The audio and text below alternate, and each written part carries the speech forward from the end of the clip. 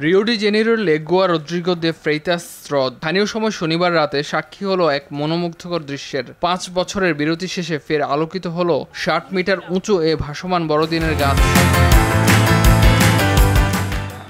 হাজারো এলইডি লাইটে সাজানো এই বিশাল কাঠামো এবার ফিরেছে নতুন রূপে। আলো ঝলমলের পাশাপাশি আতশবাজির রঙিন বিস্ফোরণে এ সময় উচ্ছ্বাসে মেতে ওঠে আগত দর্শনার্থীরা।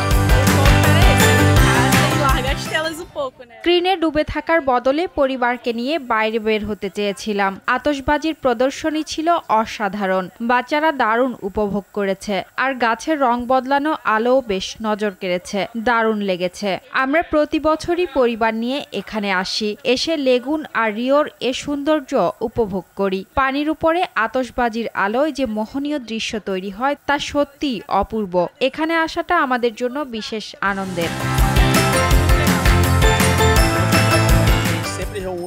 আমরা প্রতি বছরই পরিবার নিয়ে এখানে আসি, এসে লেগুন আর রিওরের সৌন্দর্য উপভোগ করি। পানির উপরে আতশবাজির আলোয় যে মোহনীয় দৃশ্য তৈরি হয় তা সত্যি অপূর্ব। এখানে আসাটা আমাদের জন্য বিশেষ আনন্দের।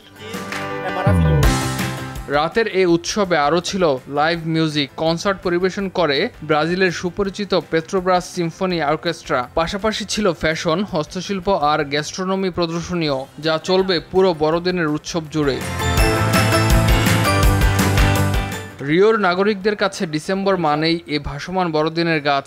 পরিবার পরিজনকে সঙ্গে নিয়ে চলে এই উৎসব মুখরতা। চলতি বছর প্রতিদিন সন্ধ্যায় আলো জ্বলবে, যা চলবে 2026 সালের 6 জানুয়ারি পর্যন্ত। 5 বছর পর রিওর ঐতিহ্যবাহী এ হ্রদ উৎসবের রঙে রঙিন হয়ে ফিরে আসায় খুশি স্থানীয়রা। ইমতিয়াজ আহমেদ, RTV।